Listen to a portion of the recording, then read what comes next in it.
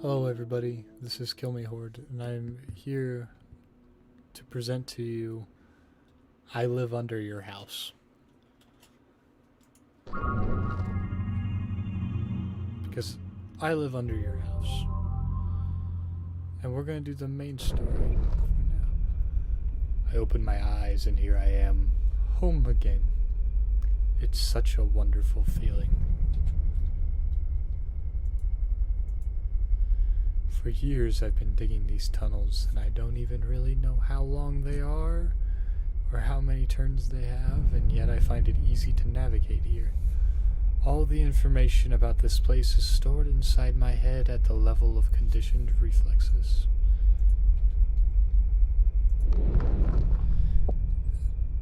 As usual, no one. That's good. That's very good. I like being alone.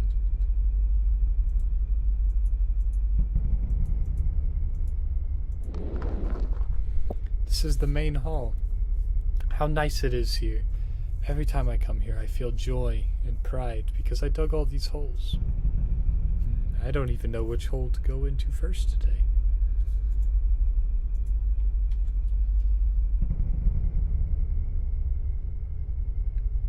Left one sounds good. Ahead of me is my pebble space, where I keep the different stones I find during my excavations. I like to look at them, to stroke them.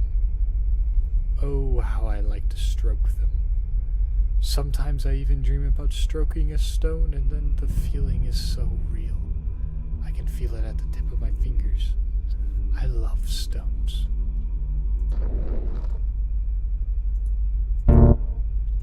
I found a rock sharp enough to cut through someone's belly. Oh, that's great.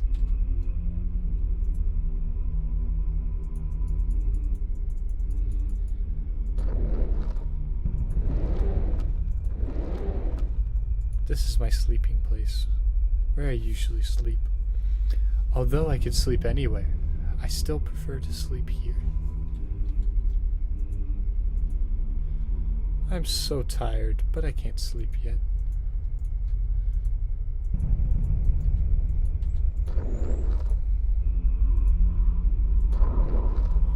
Every tunnel is different. For example, this one is narrower than the others. Sometimes I think I might get stuck in it, and then my heart starts beating harder. My whole body gets tense. I can't help it. I have to move slowly if I want to get out of it. I love this feeling.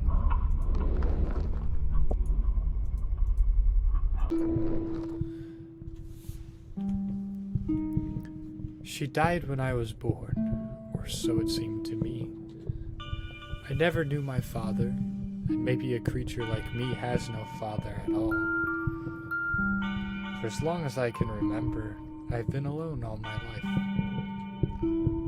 At first I just watched her body, hoping maybe something else would crawl out of it, and I would have a new relative. However, this did not happen. I talked to her body from time to time out of loneliness, though I mooed and made different sounds rather than spoke. I'd eat its various parts because I was hungry. So I am grateful to her. If not for her sacrifice, I would have died. Over time, I began to notice that her body was crusting over and the places I had bitten were getting scarred. I realized that she was still alive. So I started eating her body more carefully, trying not to take too big a bite. Layer after layer of her body grew a kind of crust, eventually forming a cocoon through which I could no longer penetrate. I don't know how much time had passed since then, but I waited and waited long enough for something to happen, but nothing happened. It's a pity she never saw what a beautiful creature I had become, how many tunnels I had dug. Well, now I'm sure I'm all alone in the world. Great. I'm tired of worrying about her.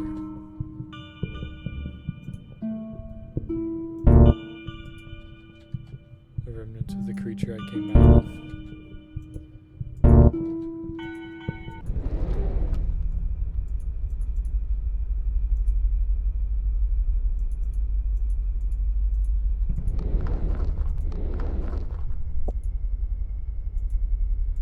rarely go outside, especially since he's waiting for me on the way. There's a spirit standing right at the exit, and every time I pass by, he starts talking to me.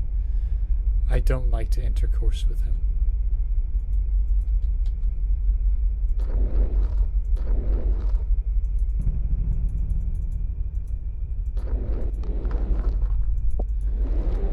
Suppose it's time for me to take a nap. They're laughing at me. Every night when I try to sleep, they come to me to make fun of me. They laugh. They have so much fun when I cry. They watch during the day and wait for me to do something stupid, looking for opportunities to make fun of me so they can come and laugh at night. Sometimes they talk to me. They whisper things. They want me to go outside. After a night of torture like this, I usually wake up tired and hungry. So I crawl outside in search of food. Ah! What a terrible noise.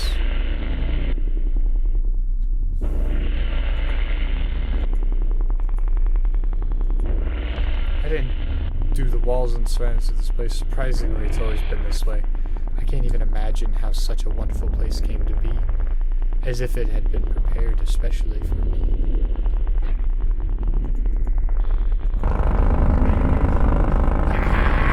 Ah, it won't stop. What the hell? I don't seem to have any other choice.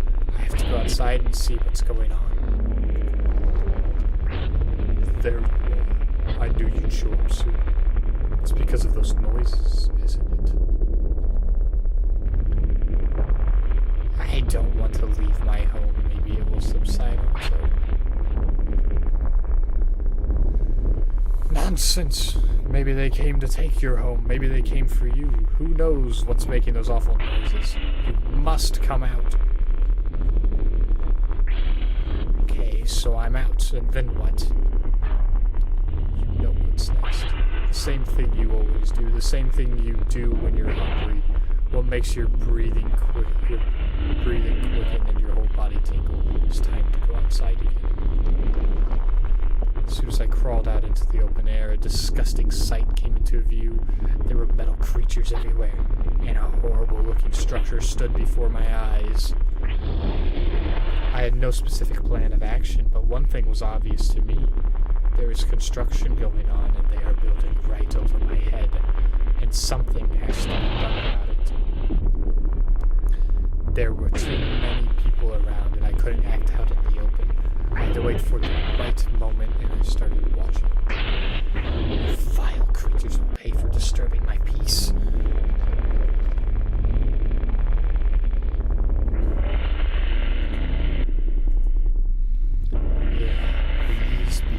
Bees. What should I do with them? I have to be careful. If they find me, it's all gone. But I can't do nothing either. My strength is enough to deal with only one of them. But maybe if you kill one... The hunger is getting stronger and stronger. No strength to hold back. Something has to be done. I have to decide.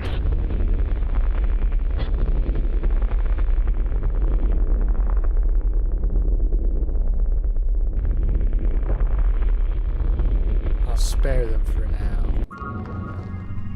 Eventually, the house was finished. Different people began to come and go from the house. The unbearable stomping was causing me to have anxiety attacks with every knock. What if they find me? What if it never ends and I have to move somewhere else? Where would I go? I don't have the energy to dig new tunnels. From time to time, I had to crawl out to see if everything was okay, if they were looking for me. For some reason, I had a distinct feeling that they had come to hunt me down. Then one day, people came in and dragged a huge number of boxes. A woman in a blue dress yelled at them and waved her hands. Then everyone left, but the woman stayed in the house. Time passed and no one else came to the house. It was just this woman. Well, she doesn't look like a threat, I thought. However, pretty quickly my life turned into a nightmare. Pretty much my entire living area was right under this house. Every action she took, every step, every sneeze echoed through the depths of my sanctuary. Her life became part of my life. Gradually, I got to know her schedule, what she does, how she does it. I knew all her habits, the rhythm of her gait. I began to feel that my sleep was disturbed. I just couldn't sleep with something constantly pounding, muttering and shuffling over my body. The few hours when I did manage to sleep, those ghosts of the night would come back to haunt me and make fun of me. Oh yes, now they really had a lot to laugh about. Thus my torture became a 24-hour routine. I have to do something about it, even at the risk of being caught, at the risk of losing my home. Who am I kidding? I don't have a home anymore. She took it from me. I must get out and stop this nightmare. Chapter 1, Love. A thrill of excitement overwhelms me. I no longer have the strength to hold back and watch from the sidelines. It's time to find out who lives above me. I need to look around carefully before I act.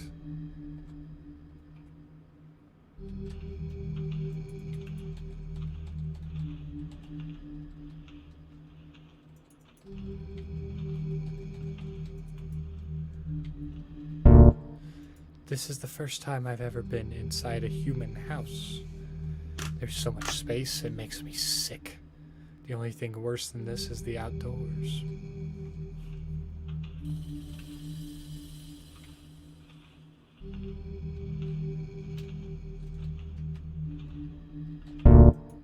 I know what it is. It's called a book. Once upon a time, I was very hungry, and just at that moment, a little man sat down next to the entrance of my home. I remember he had little hands, little feet. He was like a puppet. That little man also had a bag with him. I don't remember being aware of all the dangers of this world at the time, so I climbed out of my hiding place with interest and began to look at him. The little man didn't notice me right away, but when he did see me, his eyes widened and his mouth opened in that unimaginable way and made a horrible, disgusting sound. That sound was driving me crazy. I wanted to get closer to him, but he kept crawling further and further away from me. Eventually the feeling came over me, and then all I remember was his head in my hands. His body was lying somewhere nearby. His bag he had brought with him was slightly torn, and I saw books scattered around. I don't know why they caught my eye, but I took them with me. Many pages were badly damaged and stained with blood. Some pages were missing altogether, but that didn't stop me. I began to study them, and it was thanks to these books that I was able to learn the language of these creatures and get some idea of the human world. I found new books over time. For example, recently when I ate a couple of campers. I enjoy reading. I'll have to remember to pick this book up when I'm all done.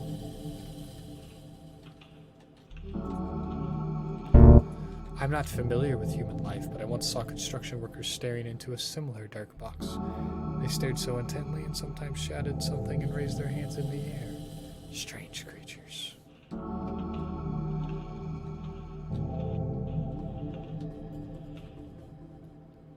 Who the fuck spaces out that shit like that? It's locked.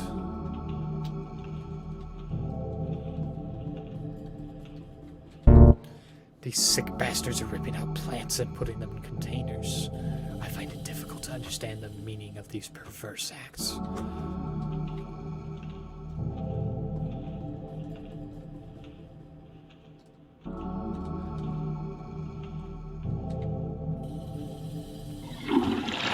What a horrible, terrifying sound. I'll have to deal with that thing. It scares me.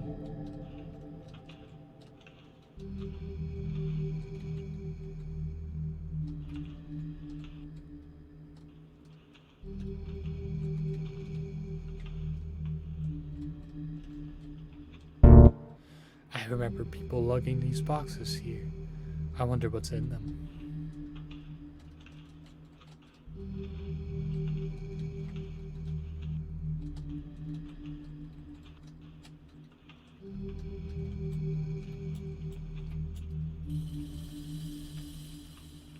I'm so short.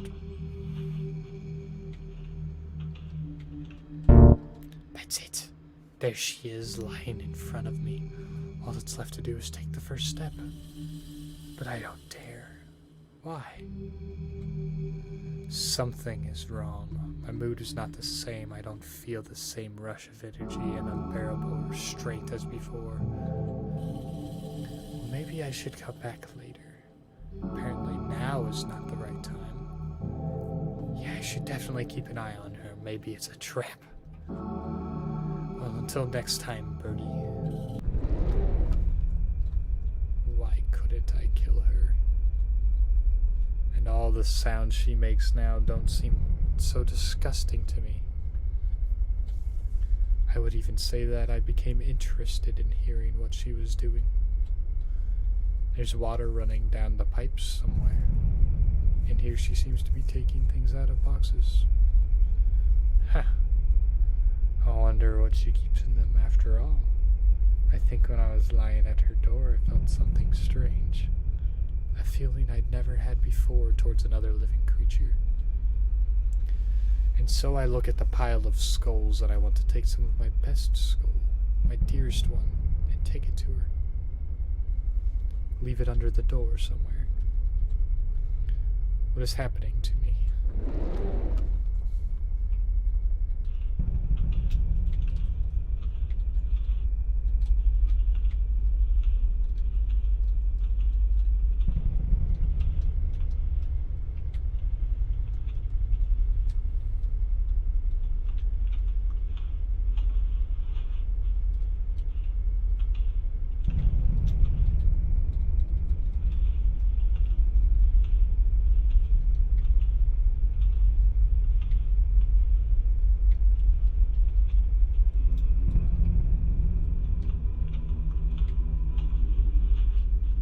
Newspapers.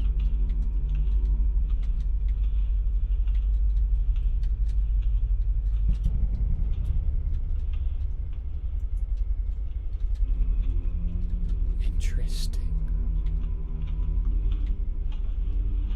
I should leave a skull right by her door. Strange. The bed is empty, and apparently she's not in the house either. Where could she have gone at this hour? I have to leave what I brought for her and hurry back to the window in case she comes soon. Jesus! That's a big skeleton.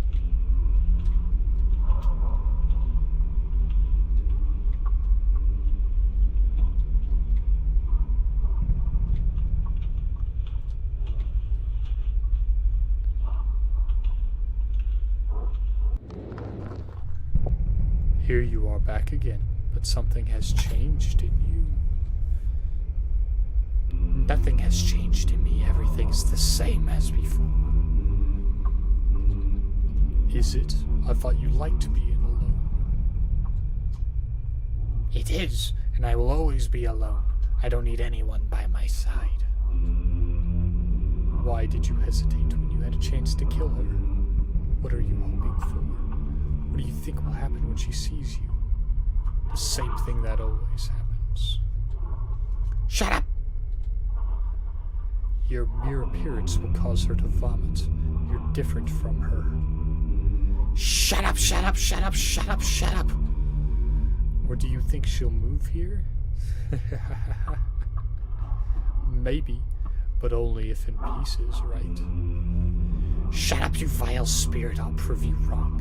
I'll go back to her house right now and wait in her bedroom. And we'll go back to my place together. You understand? I told you, you've changed.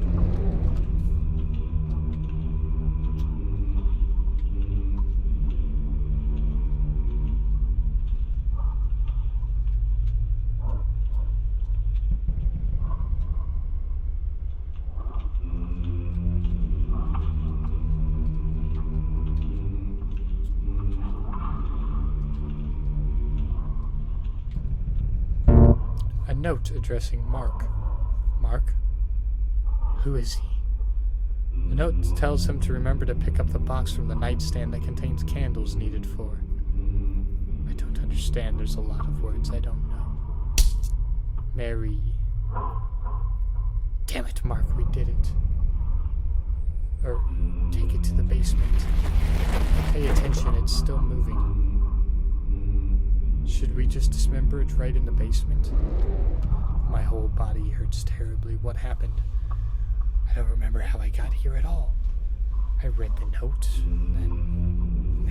it hurts. I can't remember anything. I have to go home.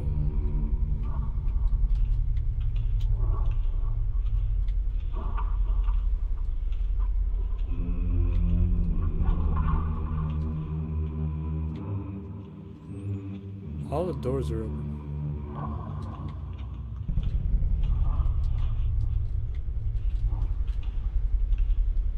I don't have to go home, do I?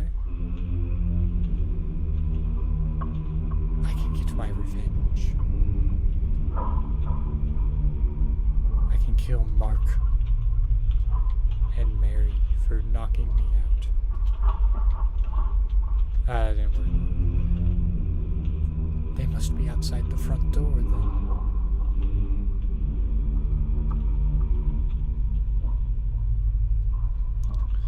Or shall I exit the way I should normally exit? Through the window. I am not able to exit through the window. I will go out the front door. Chapter 2, Betrayal. There's a lot more color than I thought there would be.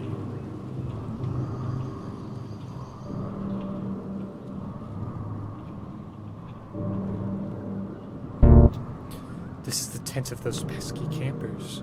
They obviously shouldn't have set up camp near my place.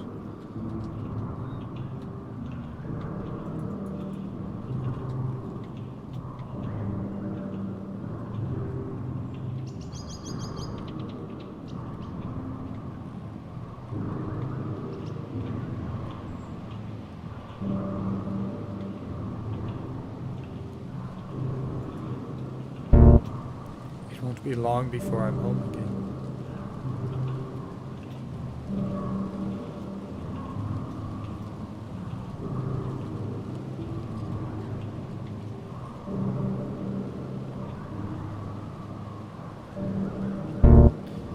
This backpack is remarkably similar to the one the little man had. I remember how in some fit of rage and hunger I killed him, and books fell out of the exact same backpack.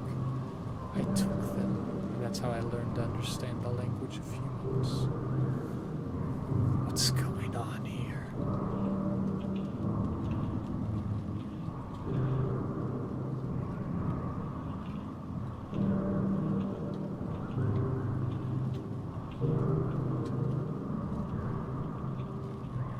I must be dead. I'm living through the past.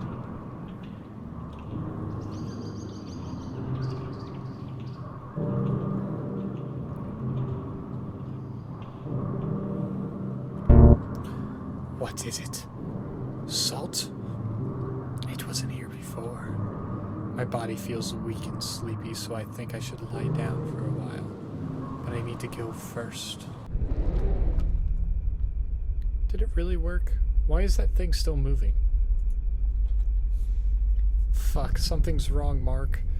I told you we should have dismembered it. At least we had a chance in the basement while it was passed out. You know it wouldn't help anyway. It can only be killed through a ritual. That's what the book said. My whole body feels as if it is weightless. I can't move. I can barely look from side to side. What's going on here? That's her. The girl I risked myself for by getting out. Who's that with her? I don't remember him. What an ugly thing it is. Do you think it knows what's going on? Who cares what that thing understands, Mark? It killed our father. Why doesn't it die is what worries me. Ugly? Why does she say such hurtful words? She didn't like what I brought her? And this is after all we've had? What a fool I was. I thought we were made for each other. It seemed to me that I knew her well, that maybe somewhere deep down in her soul she guessed about my presence and was waiting for me to come. Are you sure we haven't forgotten anything? Solomon's cell is holding it together, but I don't see foam from its mouth or blue flames or anything like that. Holy shit, Mark, you're asking me that? Well, yes, I'm asking you. You have the book. That's what I thought would happen someday. Maybe that's a good thing. Maybe I should really die. Why should I live? When she treats me like that, I feel something new again. As if 1,000 needles were tearing me from inside. Oh shit, Mark, I get it. We forgot. Don't tell me. We forgot the fucking candles, Mark. Fucking candles. I think my strength is coming back to me. I can move again. So that's how it is. So she wanted to get rid of me all this time. Well, you know, you've brought me a lot of new sensations, feelings that I haven't experienced before. And now, after everything that happened, I'm so tired, and I'm really hungry. I want to take you out to dinner. Mark, I think it's going to break out.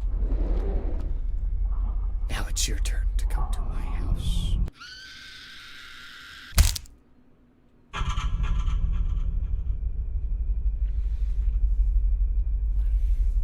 Why am I here, huh? Even the voices have gone silent and are no longer laughing at me.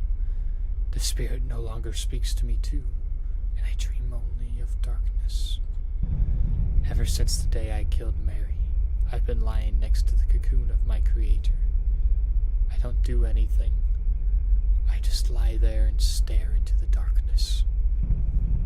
I look at my body, and it too is gradually crusted over.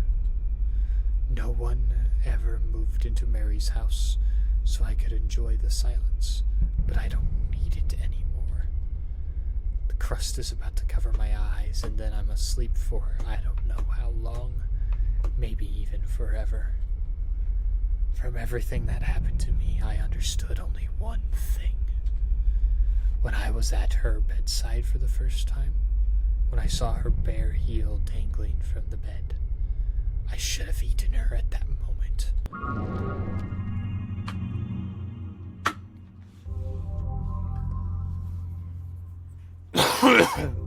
God, that voice was fucking. So yeah, I live under your house.